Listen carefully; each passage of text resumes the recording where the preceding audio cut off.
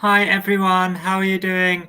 My name's Rachel Godfrey Wood. I'm a lead organizer with Momentum, and this is our second report back from the NEC since the recent election of the CLP representatives on the National Executive Committee. So, as I think a lot of you will know, in November we got five CLP representatives elected to the NEC, as well as Lara McNeill, the youth representative, and Ellen Morrison, the disability representative. And what we're doing is we want to give Momentum members and supporters a much better opportunity to understand what is actually happening on the NEC, what our candidates are doing, how they're holding the leadership to account. And so we did the previous call last year with Mish Rahman and Gemma Bolton, who reported back from the NEC. And today we're going to have Lara McNeill, the youth rep, as I just said.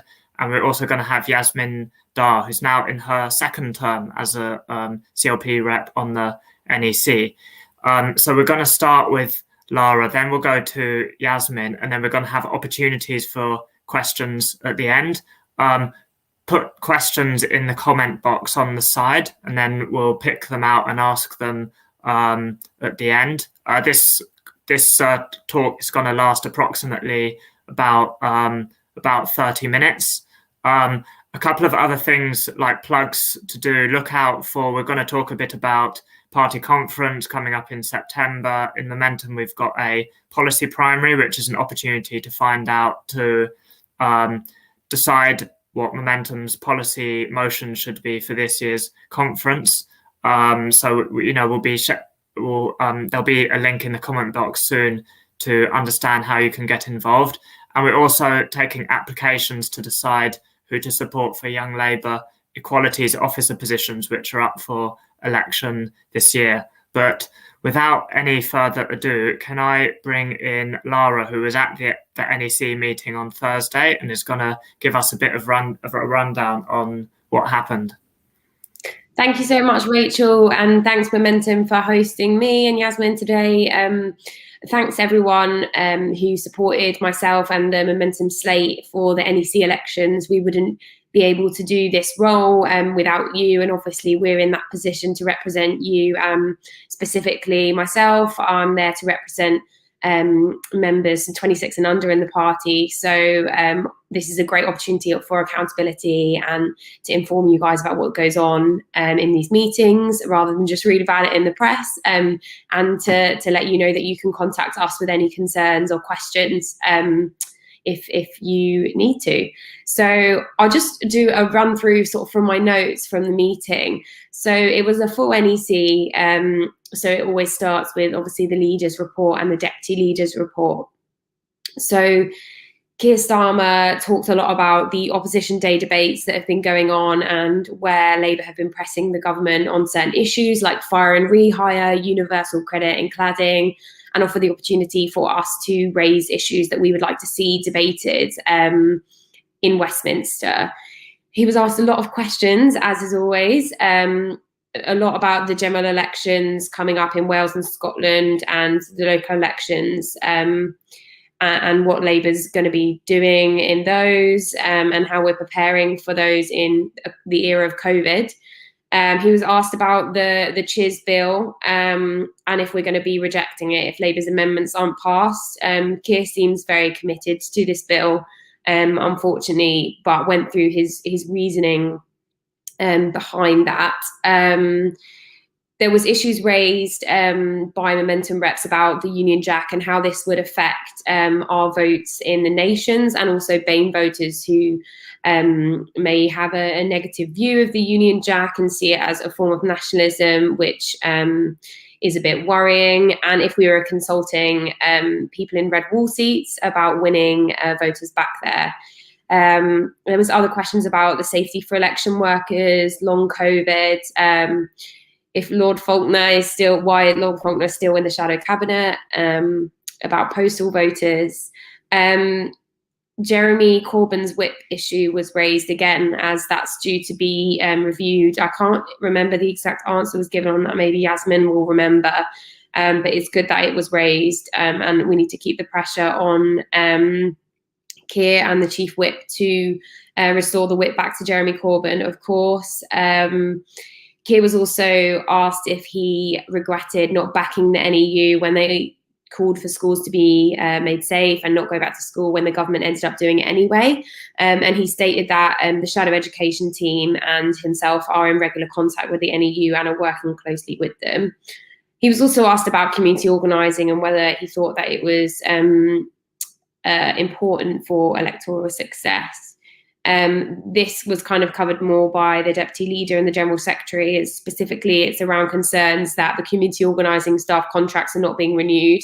And does this really match up with the party's commitment to long-term electoral success, but also making sure that the party represents who it's supposed to represent, and doesn't just come and ask for support around election time, but is deeply embedded in these kind of communities across the country that we need to win back and represent better.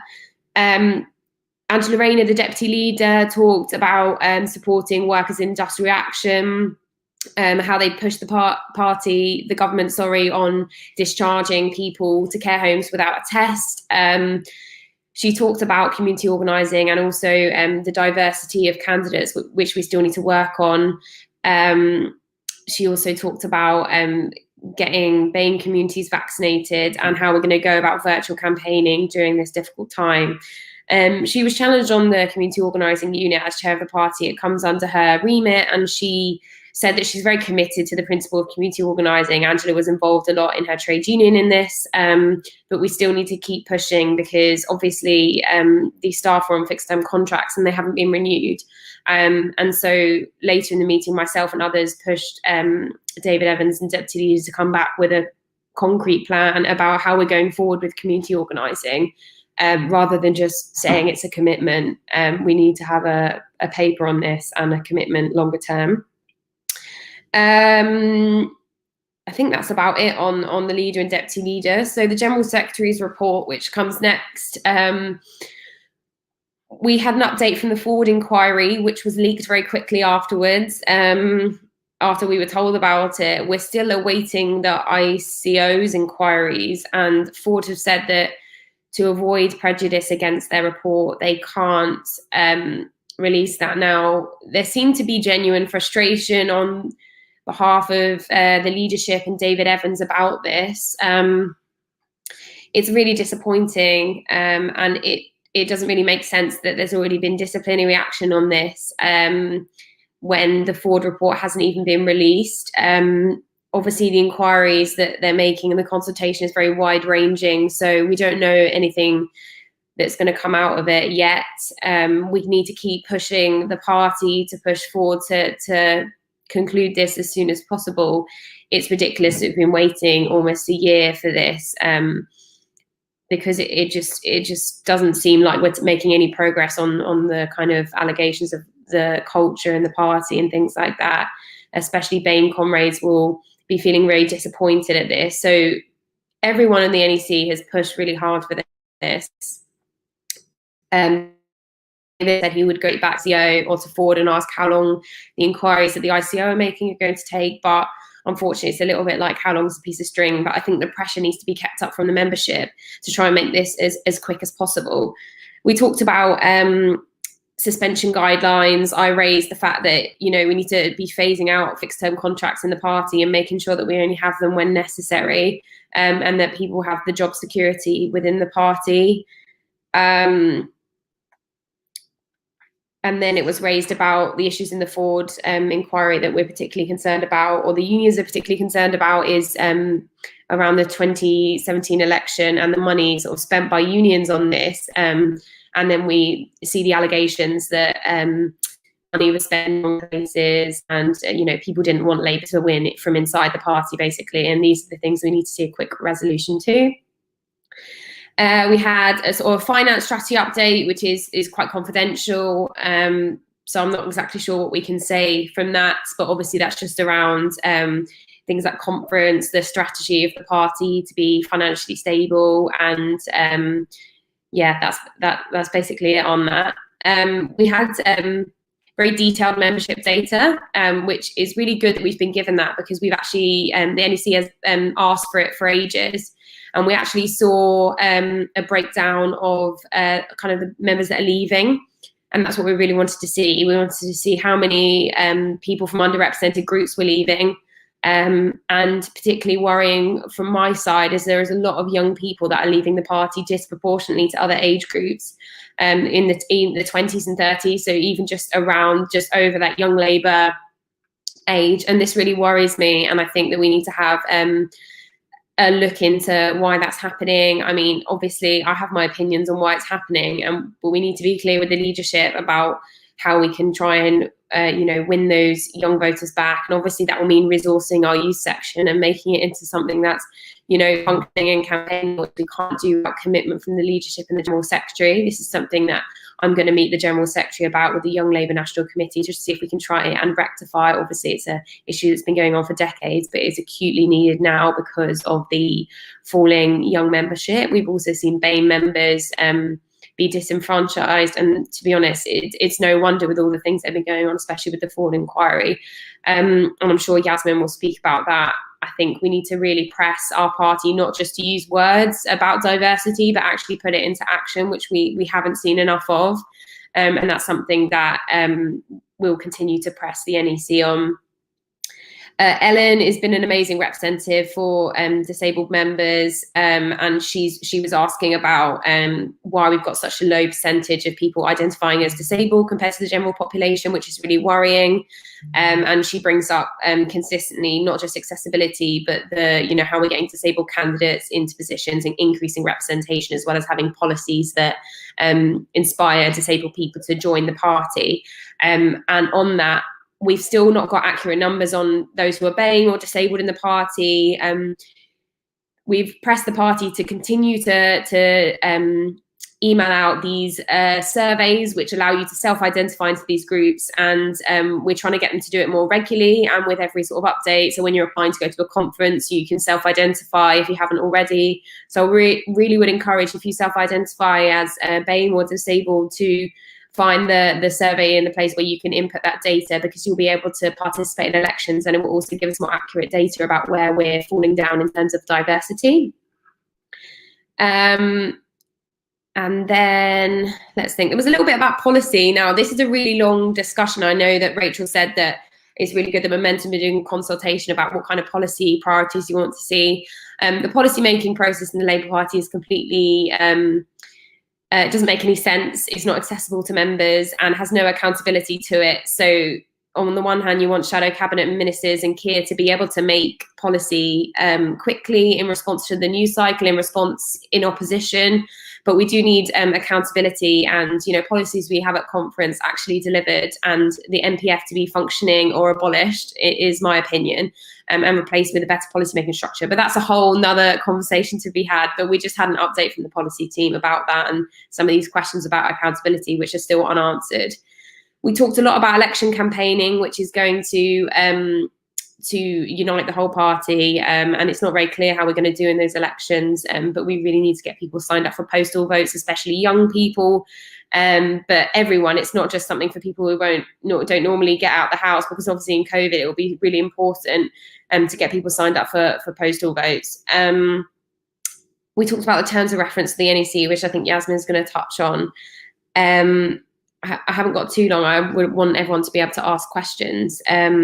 So I will just mention about Labour Students. So as you might know, Labour Students was disaffiliated from the party after a motion that John Lansman put to the NEC. I can't even remember, I think it was last year, because they weren't a proper affiliate. They weren't paying the fees of the affiliate, and they'd previously had staff which were funded by the party. So they worked as sort of an organisation within the party, but also an affiliate, except they didn't fulfill the rules or anything of an affiliate, and they were accused of not doing their elections properly.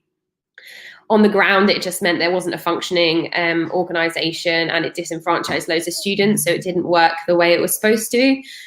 So after that, we've now finally set up a working group, this NEC, which will look at I think it's 4 or 5 major questions about you know, what a new student structure would look like, what its aims and values, and how that would happen, including consulting the nations and the regions, college-age students, university students, you know, from all the way from 14 up, and including mature students and those who don't fit into the, you know, the stereotype of what a student looks like, to make sure that we're really inclusive. And I'm really happy that we've got the 3 young Labour student representatives who are joining us on this. And that's really good, because we fought to get them elected by OMOV, which we were told by the staff and the Labour Party was not possible. Now it is possible. We've managed to have a student database where we've got more accurate data on who our students are, which gives us an ability to run one member, one vote elections.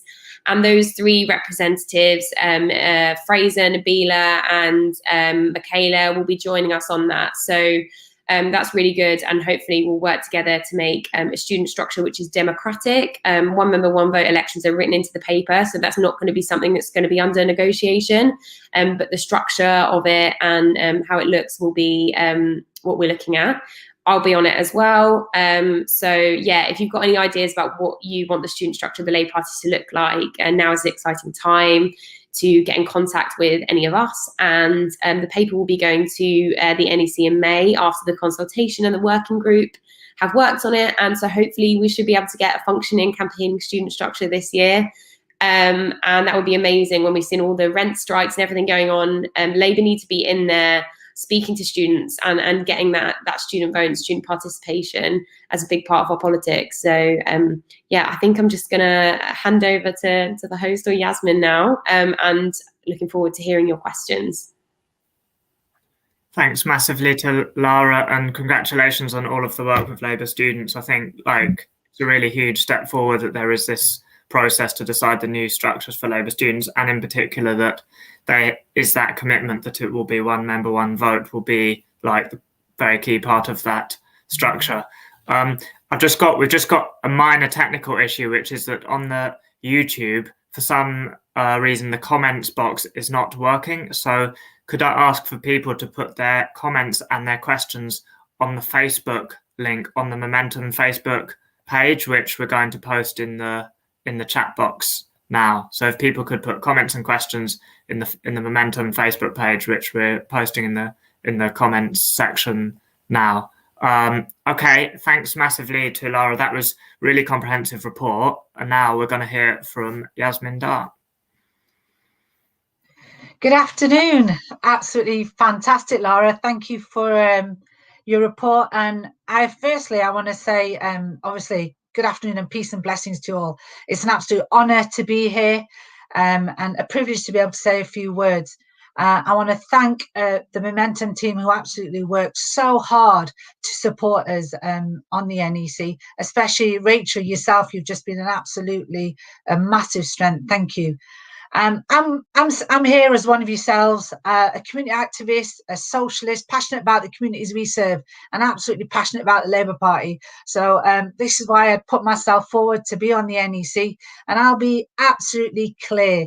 I will defend the core values of our party in whatever meeting or position that I am put into. I'm here to stand up for members and the core values of our party. I was elected a couple of years ago as part of the JC9, absolutely fantastic team, worked really hard. And now I'm part of an amazing group of people, the Grassroots Voice 5, and that includes Mish, Gemma, Nadia and Laura, as well as obviously we've got Lara as our young Labour rep and our disability rep, Ellen. Absolutely proud to be working with these individuals, and believe me, they are absolutely passionate about the party and being your voice on the NEC. This isn't about us, guys. This is about us representing you. And when we get those hundreds and thousands of emails on a daily basis and those calls from members to put their cases forward in regards to whatever issue, that's what we are there for. I'll be honest with you, the NEC has taken over our lives, and there's 100% commitment. I mean, I'm going to go through some of the points that probably Lara hasn't mentioned. So let's go to some of the issues that were raised in the NEC meeting that takes place bi-monthly. So discussions and proposals are made in regards to a reduction of meetings and changes to our terms of reference. So a proposal for the chair and vice chair of the NEC to be the most senior in terms of years on the NEC. We absolutely objected to that based on inequality. For example, we've just had the first ever disabled rep on the NEC, and it'd probably take her another 20 years to the most senior in regards to years. So it is difficult, but where we can, we will challenge. And again, we need your support to push these points forward. So we managed to get that through. In regards to disciplinaries, many of us volunteered to sit on these panels, and we've had a few in regards to people who've passed the motions regarding restoring the whip to Jeremy Corbyn.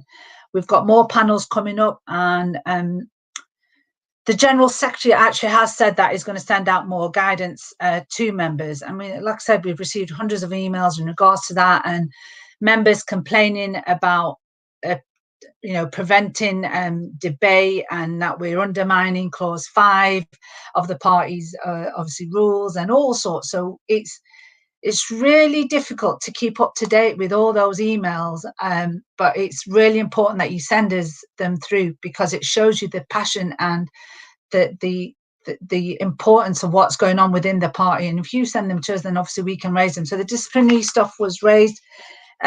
Issues around delegated powers, we questioned them because we wanted to know exactly what delegated powers.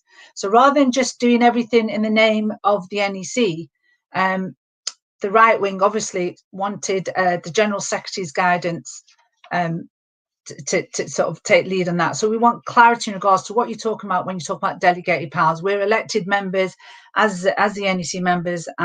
We need to be involved. Lara mentioned the membership data, so 60,000 less in September. We asked about financial implications, and the General Secretary had to admit that under Jeremy Corbyn's leadership, it had more than doubled. So that was a plus in that sense. And now the party need to think about retaining that membership. I suppose that's pretty easy, isn't it? Let's reinstate Jeremy Corbyn. Anyway, that's another conversation. Candidates were discussed in regards to a higher standard of candidates, and the NEC expects the high standards of probability. But obviously, it's fine in principle. We of course we want a high caliber of candidates, but there were a number of elements to this paper that were a bit unsettling. The system laid out in the paper ultimately rests on highly subjective and value judgments. And in our opinion, it will increase incentives for false and malicious accusations, which are already a key contributor to toxifying party culture. I mean, myself, there's that much fake news out there that tries to undermine you as individuals and NEC reps. That, I mean, obviously, we've got to be really on the ball in regards to what's happening with this. We asked for greater clarification on how a potential candidate can be deemed to embarrass the party, and put down a basic amendment to change wording from that can be seen as embarrassing to that would be seen many people as. But this was defeated, but we will continue to fight. Another simple amendment was made to stop the General Secretary unilaterally ruling out a candidate, adding stipulation for it to be brought to the NEC. Again, that was defeated, but you know what? We will continue to fight your corner. The fact that elected bodies can potentially be cut out of crucial decisions to rule candidates out troubles us immensely. We believe the paper hands too much power to unelected officials and has a negative and discouraging tone towards disabled, working class, obeying people. This could potentially intensify domination of professionalized, career-orientated people standing for elected office. On the plus side, it's not all doom and gloom. We are the Labour Party, and this is our party. And no matter what happens, we will be there. And I don't know, we will go through issues about being disheartened, and we have members ringing us and telling us all sorts that they don't want to be a part of the Labour Party. But you know what? This is who we are. How can you not be a part of it? How can you walk away from something that is so fantastic and so big? This is our party. This is our Labour Party. So I'm telling you, we need to commit. I mean, I've gone through some experiences in the last couple of months or the last couple of years being on the NEC that do dishearten you. But when I see the people around me and the socialists around me and the strengths that they have, that empowers me, and that makes me even more determined that I'm going to stay committed. I'm not leaving. I'm not stepping back. Anyway, I'll tell you about a bit of an incident that did occur at this NEC meeting. So let me just get to that point. Let me look at some of the other notes first. So on the plus side, as Lara mentioned in regards to student reps on the National Labour Student Organisation Working Group, absolutely fantastic. We've done well there. Again, the Ford report, a delay, it does, I mean, a lot of BAME members, Black and Asian minority ethnic members, are losing confidence. And it's creating a lot more questions about the NEC and whether the Ford report will ever see the light of day or whether it'll be covered up for good. So this is something that we need to keep bringing up. We need to raise, because you know what? We're not going to let it just go into the long grass. I'm sorry. You know, we've been given deadlines and then that was delayed and then we had another deadline. So we are challenging those issues and we will keep you updated. My serious concerns also about parties' relationship with BAME supporters are simply not being addressed. And are we meant to simply take our BAME support for granted? And that's massively being raised, because there's a lot of BAME members out there that unconditionally will vote Labour, and we've taken it for granted. But things might change, and I'm absolutely trying to empower them to say, stay focused. We're a party, we're united, and we will move forward. Yeah, fine, we're going to have our problems, but let's stay together. We are failing to empower BAME members at a time when Keir's satisfaction rating amongst BAME respondents is in free fall, according to a recent Mori poll. We talked about, Lara's mentioned community organising. Again, Deputy Leader, that's her platform. And we'll keep you updated, because there are a couple of other fixed term contracts that are going to be looked into, and looking at these people being employed elsewhere within the party. What else? There was an NC discussion and decisions were made in regards to Samwell, and that was an area that really hurt me. I'm not going to be disclosing anything that's going to cause any disrepute. It's all out there, what took place in the NEC meeting. And I left that meeting really frustrated and really upset. 2 NEC reps were put forward to represent the NEC in Samwell, because we've had our issues in Samwell, and anyone knows anything about the situation in Samwell, but fine. And the 2 NEC reps were 2 white men. I raised the question in regards to gender equality, and I felt it was really important at every level. When we talk about issues, we should talk about gender equality. Well, all equalities. I mentioned gender equality. Somebody else mentioned BAME equality, and it was raised that obviously we should put someone forward. I was recommended to put forward, so the 2 men, for one of the men to basically step down and let's have some gender parity. Anyway, you'd think it'd be the most simple process. It took about 4 votes to decide whether Yasmine Dar should be allowed to be one of those reps, and the 2 men did not decide to step down for a woman to take over one of the positions, to basically overlook the situation in Samwell and sit on the panels or observe the panels. That was really difficult, and people that voted anyway. One of the staff members who took the count was BAME. She did the count, yes, 14 for Yasmine and 10 against. To me, that means Yasmine was put forward. Well, no, it didn't, because other members began shouting and saying, well, actually, no, you've not counted everyone. Count took place about 3 more times. Again, there was disparity in regards to numbers, and the General Secretary then stepped in, again undermining a BAME woman who was doing the count, and decides to ask each person in regards to how they voted. Now imagine this vote is against me. I'm sitting there as a BAME woman I've fought those battles all my life. I've stood up against inequality and injustice and fairness for everyone, regardless of background. And it was difficult. It was difficult to hear members that are supposed to be there to support you, even the BAME rep, to say she wasn't going to support me to be on this panel. So I can say a lot more, but I tell you, I came out of that disappointed, but that doesn't stop me standing up and fighting the corner, and I'll be there all the way. And every time you need me, you need to be telling me, do this, do that, because it's not gonna, I'll get knocked down, but I'm gonna get back up stronger. Coming back to what else was there?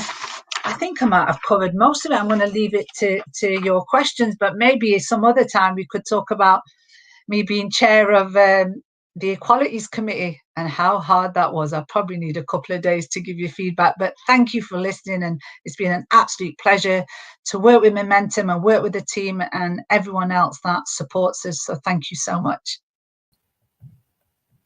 Thank you so much to Yasmine. Thanks to Lara as well. And I think like the detail of the reports that you've just given, and also the strong convictions and the passion with which you've delivered them, demonstrates the importance of having socialist representatives on the NEC. We've got a few questions coming through now. So we've got a couple of questions about delegated powers. So there's some people asking kind of what are delegated powers, why are delegated powers necessary, and how are they being what's the issue at the moment? Shall I take it first? Yeah. So delegated powers are necessary. This is the staff, whether it be the General Secretary, staff in the Governance and Legal Unit in charge of disputes, or other staff, or maybe a member of the NEC, like a chair of org subcommittee or something like that, making decisions on behalf of the full NEC. Now, this is when we saw David Evans give out guidance on what was competent business. That was him acting on behalf of the NEC. Now, the reason why this has come to the forefront again is obviously delegated powers are necessary because the NEC can't meet every 5 minutes because we've got jobs and lives and we need decisions to be taken. But we need accountability on those decisions that are taken.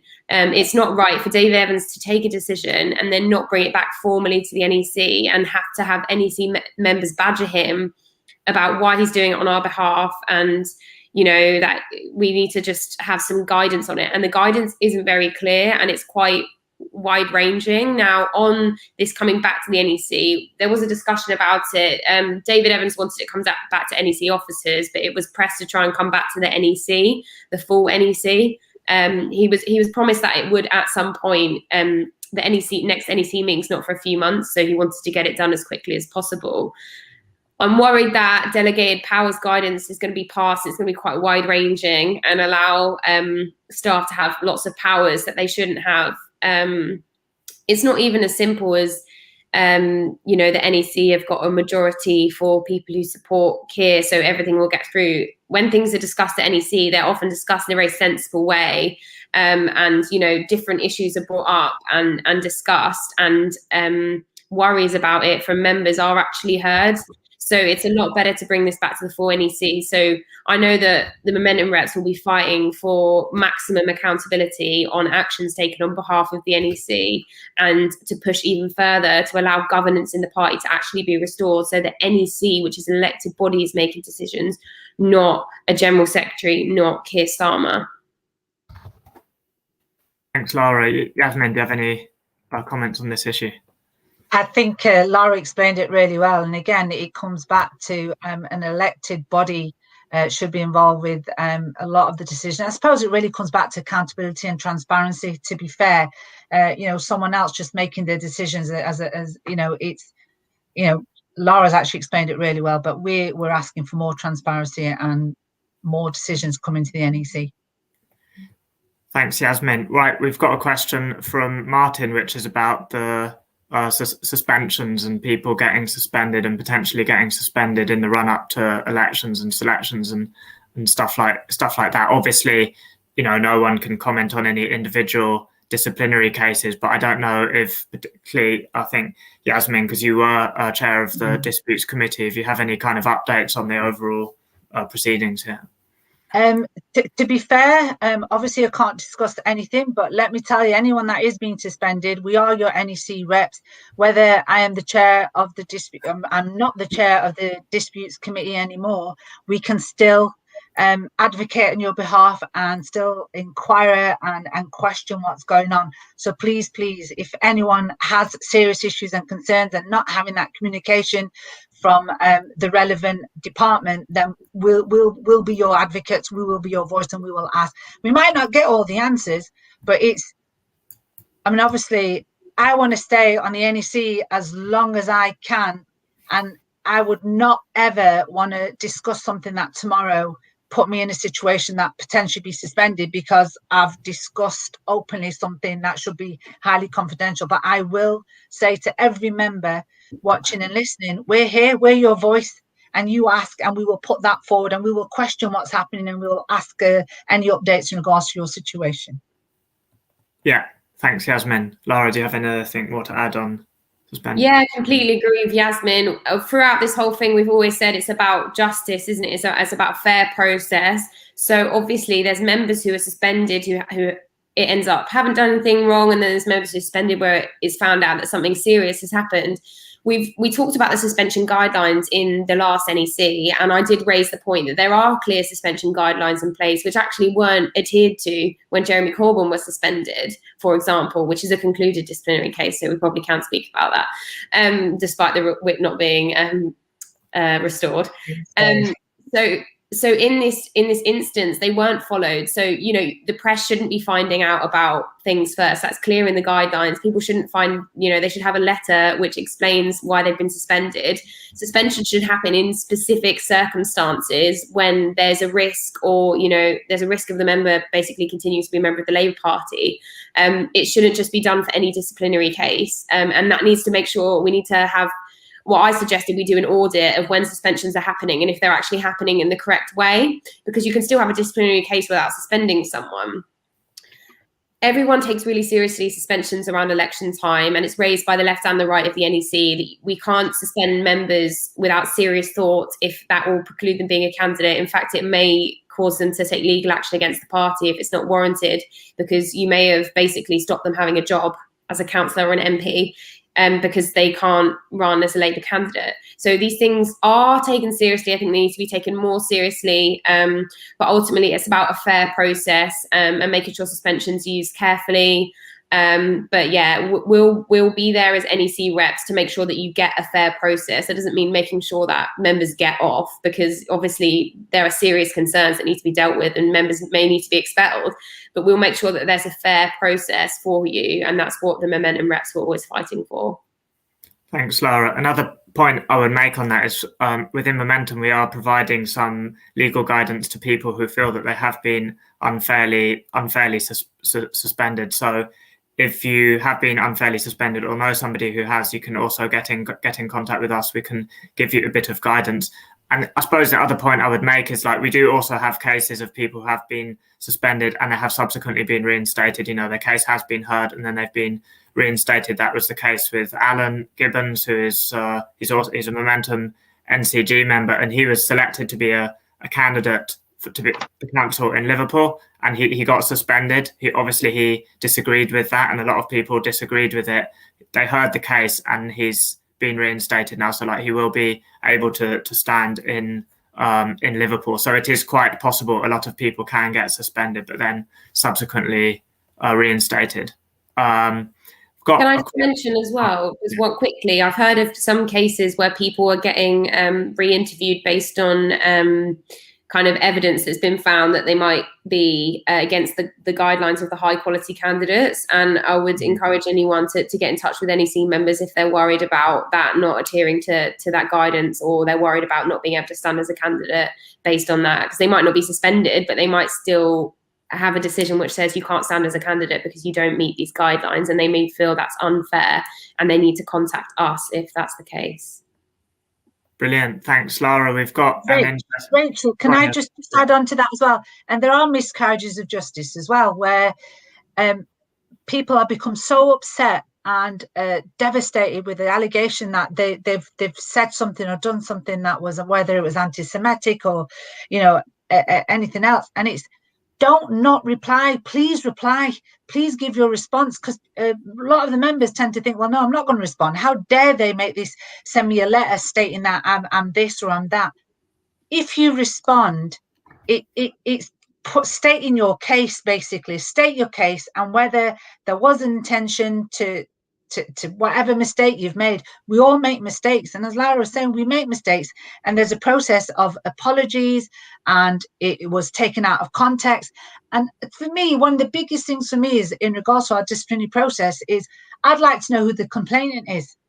Many of our members, and this is from the emails, hundreds and hundreds of emails I get, is the members don't even know who's complained about them. And well, you know, that's the transparency bit that I'd want as well. I'd want to know, well, hang on, who's put the complaint in? What context has it been? Has it been twisted and taken out of context? So really important. Please always respond to the letter, and maybe ask one of us to get involved and support you. It doesn't mean that we can resolve anything, because we can't. It has to go to the panel. But, you know, it's taking a balance of what information we have and what the facts are.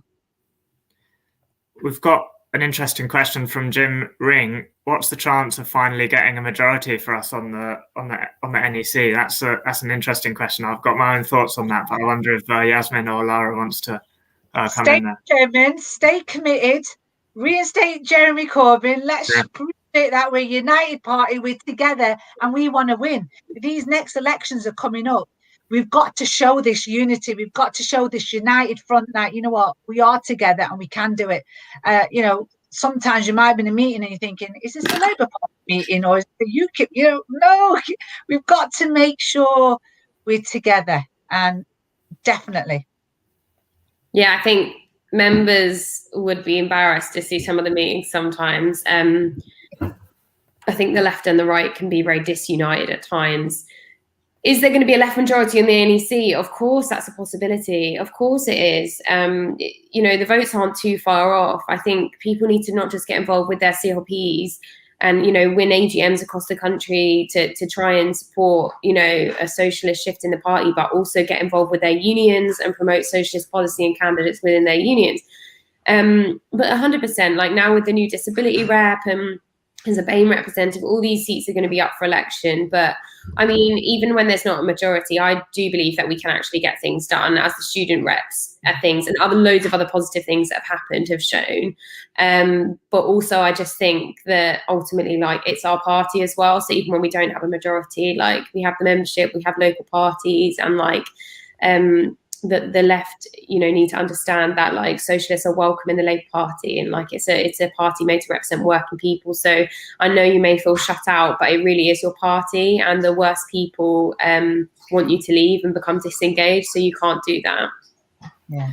Another point I would make about kind of NEC composition. So like one of the main issues, and it's an issue like in Momentum we've been pushing on for a number of years, which is that members are quite underrepresented on the NEC. So out of 39 people, there's only 9 of them who are representing members. And fine, you know, we've the leadership changed the rules for the elections to single transferable vote, which obviously I think a lot of us were in disagreement with, because we were kind of concerned that was a way of kind of limiting the impact that members can have on that body. But we are looking at ways to push for constitutional amendments that could potentially increase the representation of members, potentially at this conference and also in subsequent conferences. So, you know, there will be elections coming up, and we have to, you know, we just have to have a careful look really and be a little bit strategic, make sure we get strong candidates, work together with other left organisations to back really strong candidates.